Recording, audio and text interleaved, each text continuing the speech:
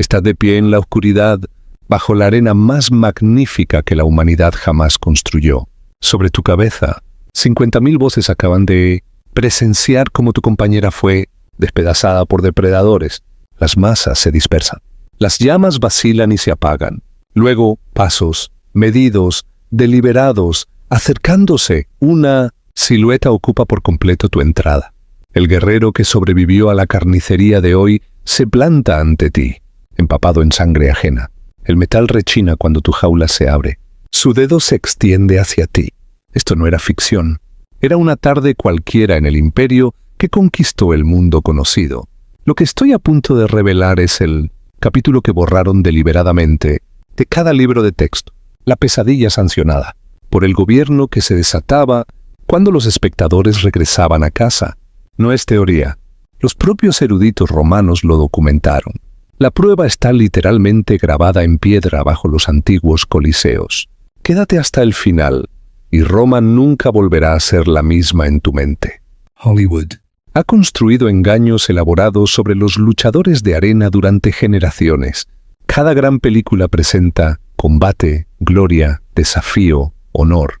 Lo que omiten sistemáticamente es lo que ocurría en esas horas oscuras después de que las multitudes se marchaban, cuando el entretenimiento público se transformaba en algo incomprensiblemente más siniestro. Los historiadores crearon terminología latina completamente nueva para describir este sistema. Victoriae carnales victoria. A través de la carne. Los propios romanos nunca se molestaron en nombrarlo porque, para ellos, no requería una designación especial. Simplemente era la existencia. Aquí está la realidad documentada. Cronistas romanos como Marcial, Juvenal y Séneca describieron una civilización donde las mujeres conquistadas se almacenaban bajo las arenas y se distribuían como compensación. No simbólicamente, literalmente, asignadas como provisiones militares a los guerreros que se habían destacado. El gobierno romano operaba esta infraestructura con la misma precisión burocrática que aplicaba a la construcción de acueductos y carreteras. Piénsalo con cuidado. La civilización que inventó el hormigón y una forma temprana de gobierno representativo perfeccionó simultáneamente la violencia sexual industrializada. Antes de continuar, necesito algo de ti. Considera las implicaciones de esta historia. Si revelar verdades históricas incómodas te importa, deja un comentario compartiendo tu ubicación y tu perspectiva. Porque esta narrativa trasciende Roma. Trata de lo que las civilizaciones cometen cuando nadie las observa. Ahora descendamos al hipogeo, el inframundo bajo el suelo de la arena. Para comprender lo que ocurría en esas cámaras subterráneas, primero hay que entender cómo Roma convertía a los seres humanos en inventario. No era brutalidad aleatoria, era deshumanización sistemática a escala industrial que comenzaba en el instante en que las legiones romanas conquistaban un territorio. Cuando Roma arrasaba la resistencia en la Galia o aniquilaba ciudades en Judea, no solo ganaba batallas, procesaba poblaciones enteras. Como líneas de ensamblaje del sufrimiento humano, los varones en edad militar, enviados a minas o arenas, los niños vendidos en mercados por todo el imperio, las mujeres designadas como captivae, botín de guerra perteneciente al Estado. Aquí es donde comienza el verdadero horror. Bajo la jurisprudencia romana, estas personas dejaban de ser legalmente humanas. Se las clasificaba como res, cosas, propiedad, la misma categoría legal que muebles o ganado. Una mujer conquistada tenía menos derechos que una silla. Cualquier cosa que se le hiciera no era técnicamente un crimen, porque los crímenes no pueden cometerse contra objetos. Pero Roma no se limitó a deshumanizar mediante leyes. Deshumanizó mediante espectáculo.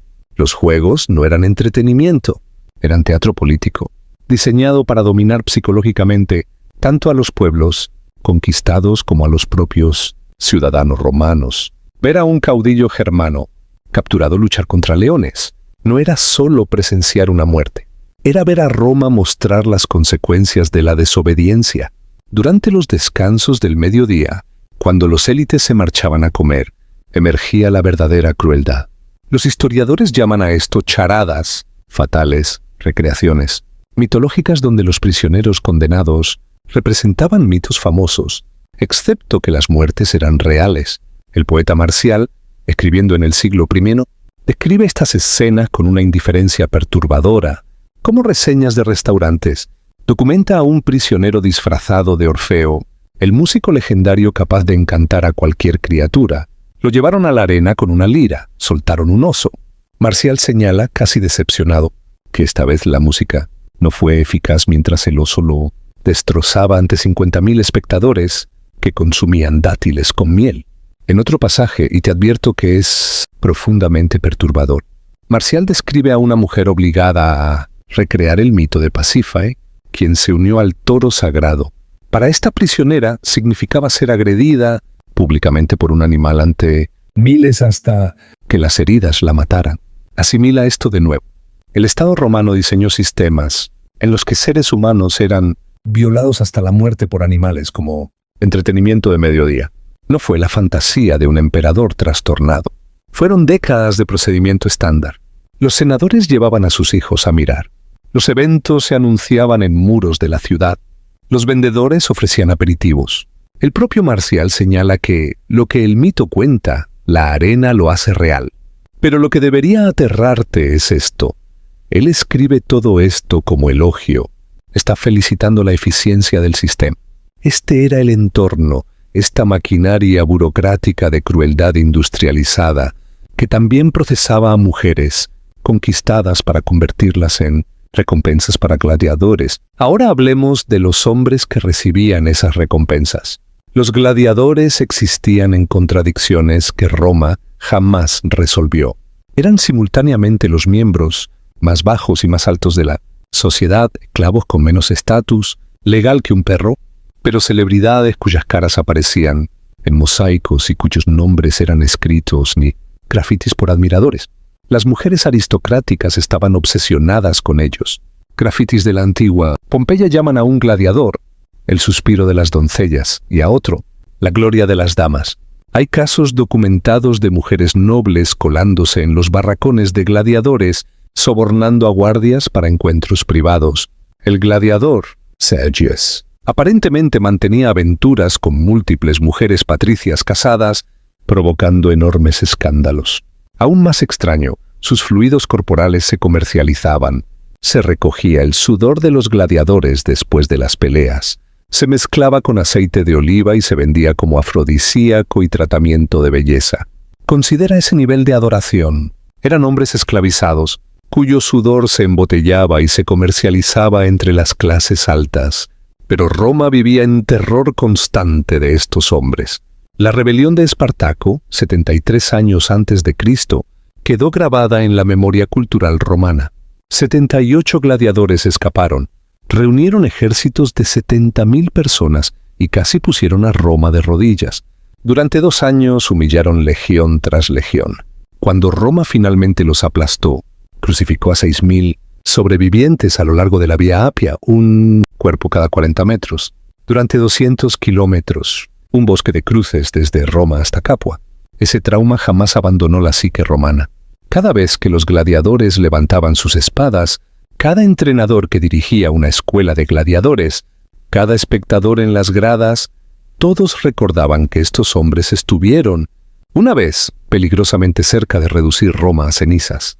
Entonces, ¿cómo controlas a hombres increíblemente peligrosos, increíblemente valiosos, con agravios legítimos y habilidades de combate para actuar en consecuencia, combinando castigo brutal con recompensas calculadas, raciones extra de comida, premios en dinero, libertad tras suficientes victorias? Pero las fuentes insinúan algo más primario, acceso a mujeres conquistadas. La documentación aquí está frustrantemente dispersa. Los escritores romanos lo mencionan de pasada, como si fuera demasiado obvio para explicarlo a fondo. Pero reuniendo referencias de Marcial, Juvenal y fuentes posteriores emergen patrones. Después de victorias particularmente impresionantes, especialmente durante juegos importantes, financiados por emperadores o senadores ricos, los gladiadores que sobrevivían y luchaban bien recibían lo que las fuentes antiguas mencionan vagamente como privilegios del vencedor. Los historiadores modernos, leyendo entre líneas y cruzando datos sobre recompensas militares y manejo de esclavos, Creen que esto a menudo significaba acceso a cautivas, mantenidas bajo las arenas. El proceso parece escalofriantemente burocrático. Los gladiadores eran llevados al hipogeo, esa vasta red subterránea, bajo los pisos de las arenas, aún armados, aún cubiertos de sangre y arena. Un funcionario del ludus o un administrador del anfiteatro los escoltaba. Caminaban por túneles iluminados con lámparas de aceite, pasando por jaulas de animales y montacargas mecánicos, hasta llegar a secciones específicas de celdas de retención. Estas no eran celdas de prisión comunes. Evidencia arqueológica de varios anfiteatros del Imperio, Capua, Pompeya, incluso bajo el propio Coliseo, revela cámaras pequeñas con características distintivas, bancos de piedra, anillas de hierro ancladas en las paredes a la altura de la cintura y cerca del suelo, puertas que se cierran desde afuera. Algunas salas muestran indicios de cadenas integradas de forma permanente en la arquitectura. Las mujeres mantenidas en estas celdas se llamaban captivae damnatae, cautivas de guerra condenadas. Ya habían sido procesadas a través de la burocracia de conquista romana. Sus nombres registrados en libros por funcionarios llamados commentari, quienes rastreaban la propiedad del Estado. Cada mujer recibía un número y una categoría según su origen: germánica, británica, pártica. Al gladiador se le mostraban filas de celdas. Algunas fuentes sugieren que podía elegir. Otras implican que las mujeres simplemente se asignaban como si fueran equipo sacado de un almacén. En cualquier caso, un guardia abría las celdas designadas, se sacaba a las mujeres, o los gladiadores entraban. Las puertas se cerraban de nuevo. Lo que ocurría después no está descrito con detalle explícito en las fuentes sobrevivientes, pero no requiere imaginación. La arquitectura cuenta historias que los textos no. Aquí es donde se vuelve especialmente siniestro. Esto no era un crimen. Ni siquiera se consideraba moralmente cuestionable para la mayoría de los romanos. Formaba parte de los presupuestos operativos de los juegos. La logística de la Victoria Carnalis era manejada por los mismos administradores que programaban las peleas de animales y mantenían el equipo de la arena. Desde la perspectiva del Estado, este sistema resolvía múltiples problemas de manera elegante. Recompensaba a gladiadores, leales a bajo costo, las mujeres. Conquistadas no costaban nada, pues ya estaban clasificadas como botín de guerra. Reforzaba en los gladiadores una sensación de poder y privilegio sin concederles libertad real ni autoridad efectiva. Y enviaba mensajes tanto a los gladiadores como a los pueblos conquistados. Esto es lo que significa la dominación romana. Tu victoria en la arena te otorga los mismos derechos que tiene el emperador, poder absoluto sobre los conquistados. Un escritor romano cuyo nombre se ha perdido, pero que es citado por historiadores posteriores, afirmó con frialdad: el vencedor reclama su premio, de la misma forma en que el imperio reclama sus provincias, por derecho de conquista. Hablemos ahora de los espacios físicos donde esto ocurría, porque la arqueología es condenatoria. Cuando los arqueólogos excavaron por primera vez bajo el Coliseo en el siglo XIX, se interesaban principalmente por la ingeniería impresionante, los sistemas de elevación que subían animales al nivel de la arena, los túneles complejos para mover personal y equipo. Pero a medida que continuaban las excavaciones, encontraron algo inesperado: cámaras especializadas sin propósito logístico evidente. Estas salas son pequeñas, por lo general de 10 a 15 metros cuadrados. Están ubicadas en secciones separadas del hipogeo, lejos de las jaulas de animales y de los cuartos de preparación de gladiadores. Sus características específicas incomodan a los arqueólogos modernos. Bancos de piedra alinean las paredes, pero a alturas calculadas. Anillas de hierro están ancladas en las paredes a múltiples alturas, al nivel del suelo, a la altura de la cintura y más arriba. Las puertas son de madera pesada reforzada con hierro, cerrando desde afuera. Las paredes de varias cámaras muestran señales de arañazos, uñas desesperadas intentando desgastar piedra sólida. El historiador romano Casiodión, escribiendo en el siglo XIII, menciona que bajo los grandes anfiteatros había cámaras para aquellos que aguardaban su uso.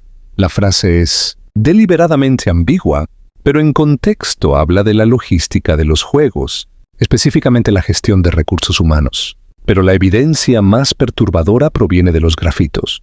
En el hipogeo bajo el anfiteatro de Capua, la misma ciudad donde Espartaco inició su rebelión, los arqueólogos encontraron marcas raspadas en las paredes de las celdas. Algunas están en latín, otras en lenguas de todo el imperio. La mayoría son fragmentarias, pero unas pocas son legibles. Una, escrita en un latín tosco por alguien claramente no nativo, se traduce aproximadamente así: Yo fui Amelia de los belgas.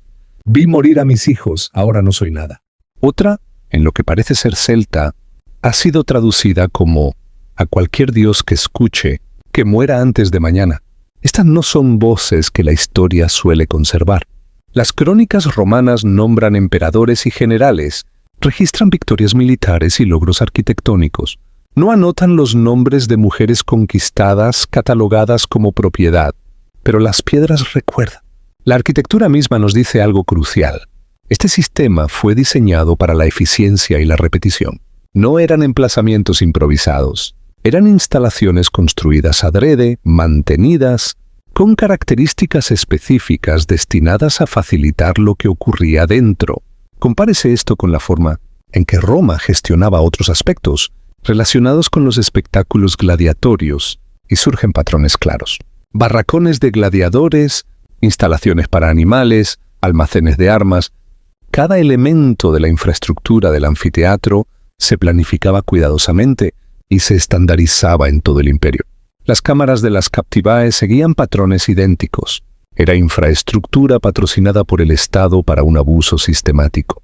Algunos historiadores sostienen que no deberíamos interpretar demasiado estas cámaras, que podrían haber servido para diversos propósitos, que estamos proyectando preocupaciones modernas sobre evidencia ambigua, pero cuando se combinan la arquitectura, las referencias literarias, los patrones de la cultura militar romana y la lógica básica de cómo funcionan los sistemas, el panorama se vuelve dolorosamente claro.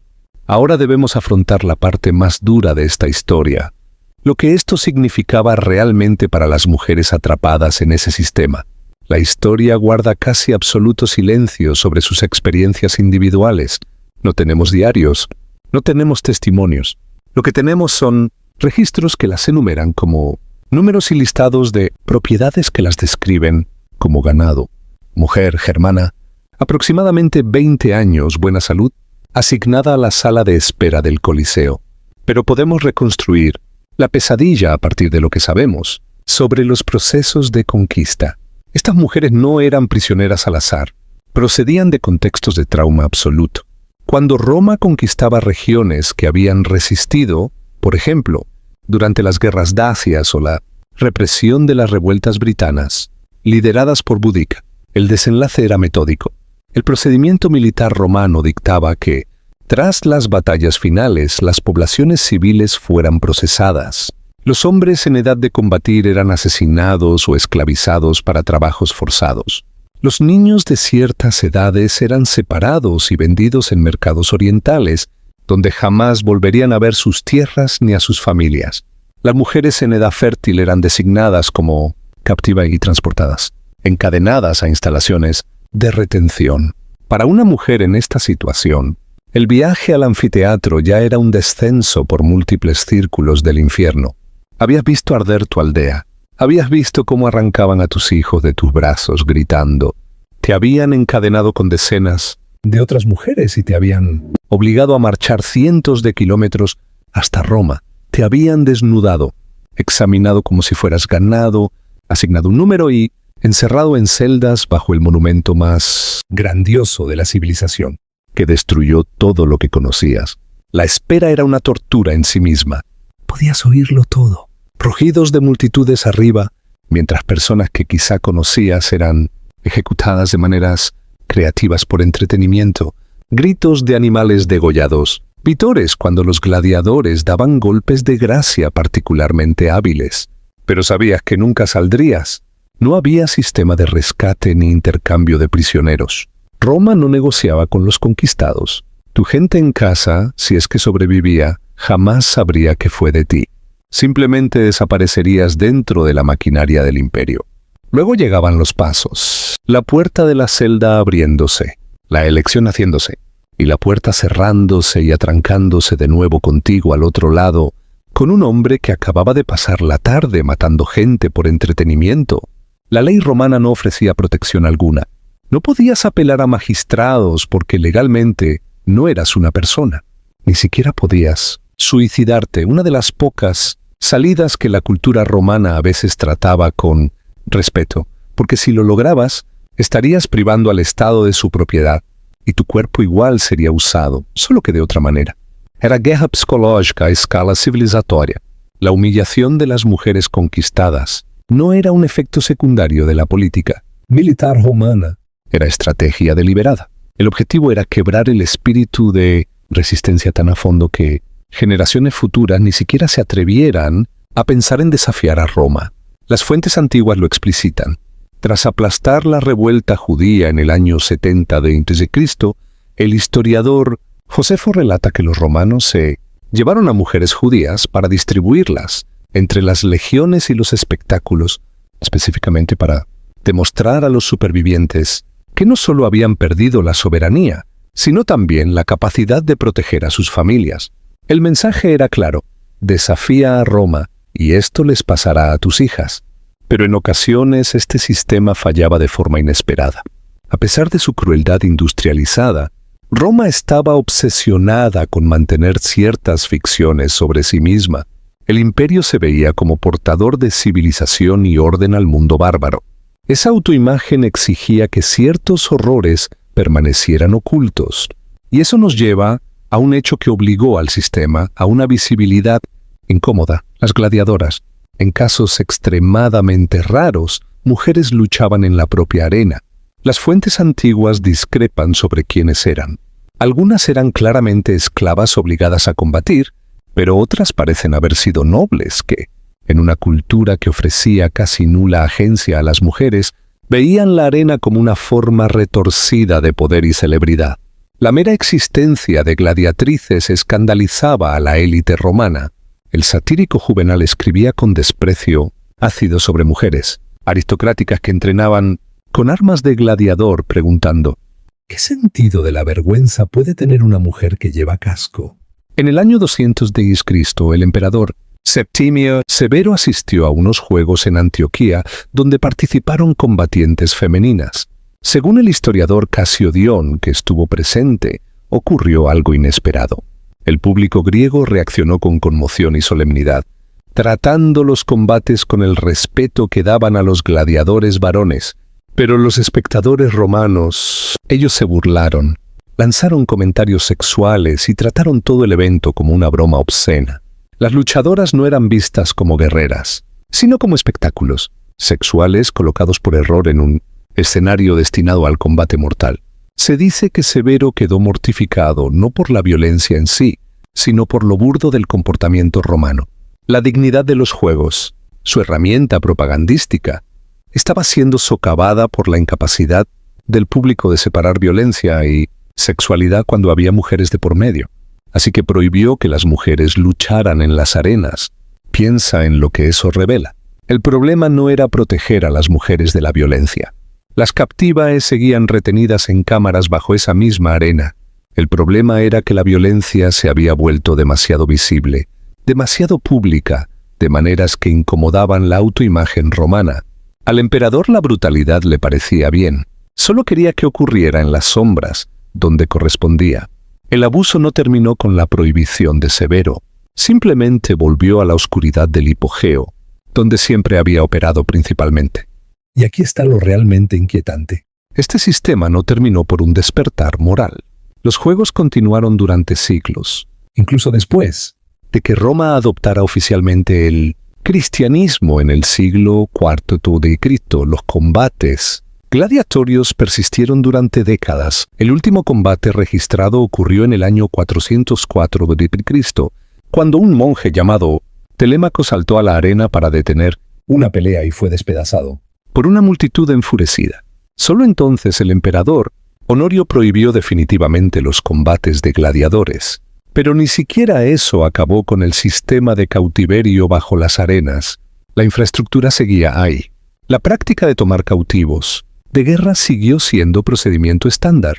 Durante todo el período bizantino, el sistema finalmente se desvaneció, no por progreso moral, sino porque el propio Imperio Romano colapsó.